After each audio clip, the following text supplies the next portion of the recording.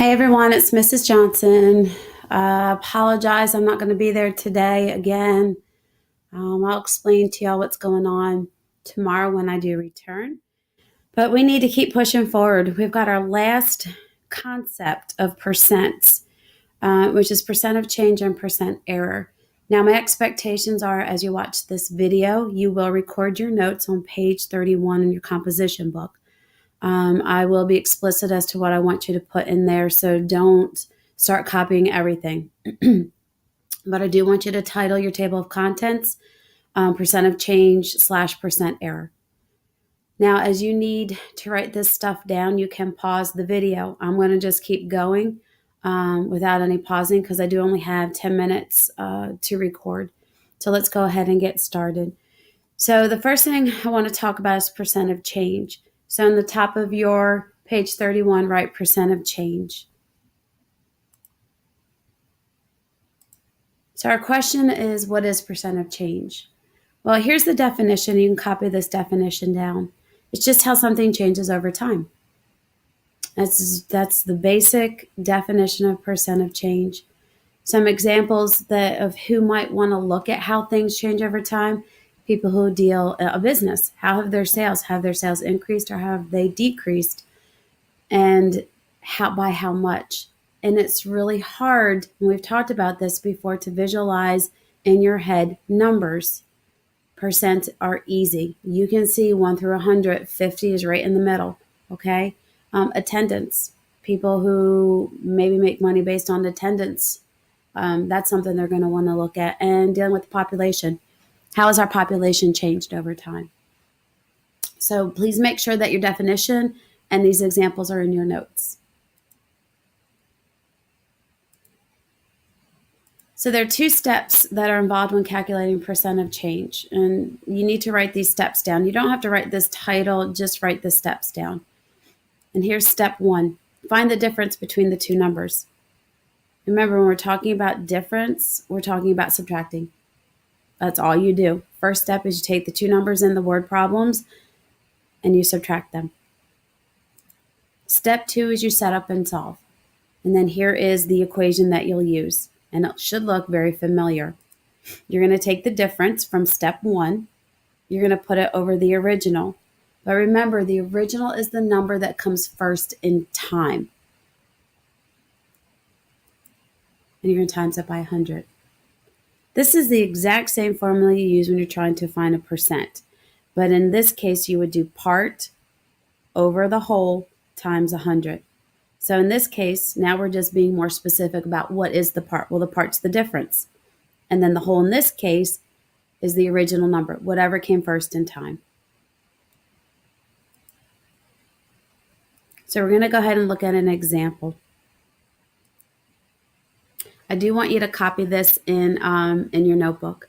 So in 2016, Mrs. Johnson sold 1,560 Expo markers. In 2017, she sold 1,725. What is her percent increase? So remember, 2 steps. Step 1 is you find the difference. So you just take the bigger number and subtract the smaller number. I don't care if 1,560 came first in time, just take bigger number, subtract smaller number, and you get the difference, which in this case is 165. So what this is telling me is I sold 165 more markers in 2017 than I did in 2016.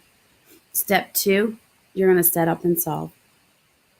So my difference is 165 where I got from the step 1. The original is 1,560 because remember that came first in time. 2016 was before 2017. And then you times it by 100. And then you get your answer. When you're dealing with percent change and percent error, round your answers to the nearest tenth. So in this case, my business increased by approximately 11%, which isn't too bad. Again, I always say better than a sharp stick in the eye. So again, make sure you have all this written down in your composition book. If you have to hit pause, go ahead and do that. Remember, it is crucial for you to remember this. When setting up your equation, the original is the number that came first in time, not in the word problem. That is going to be where, when you make your mistake, that's going to be it, that you will take either the biggest number, or you're going to take the number that came first in the word problem. It has to be what came first in time, because we're trying to see how this changes over time.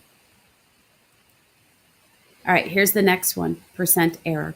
So again, right underneath your notes for page 31, under percent of change, let's write percent error. So our question, what is percent error? Here's your definition to copy down. It's just how precise your measurements are to the original. Actually, I'm going to scratch that out. Let's scratch that out and let's write actual. Ew.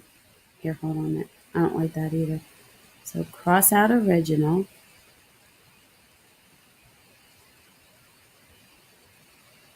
And do actual. How precise your measurements are to the actual. And there is a reason for my madness, so let's just go with it.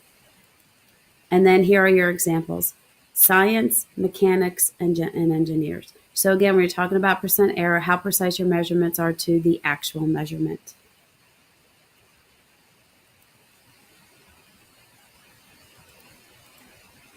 Okay, 2 steps involved when calculating percent error.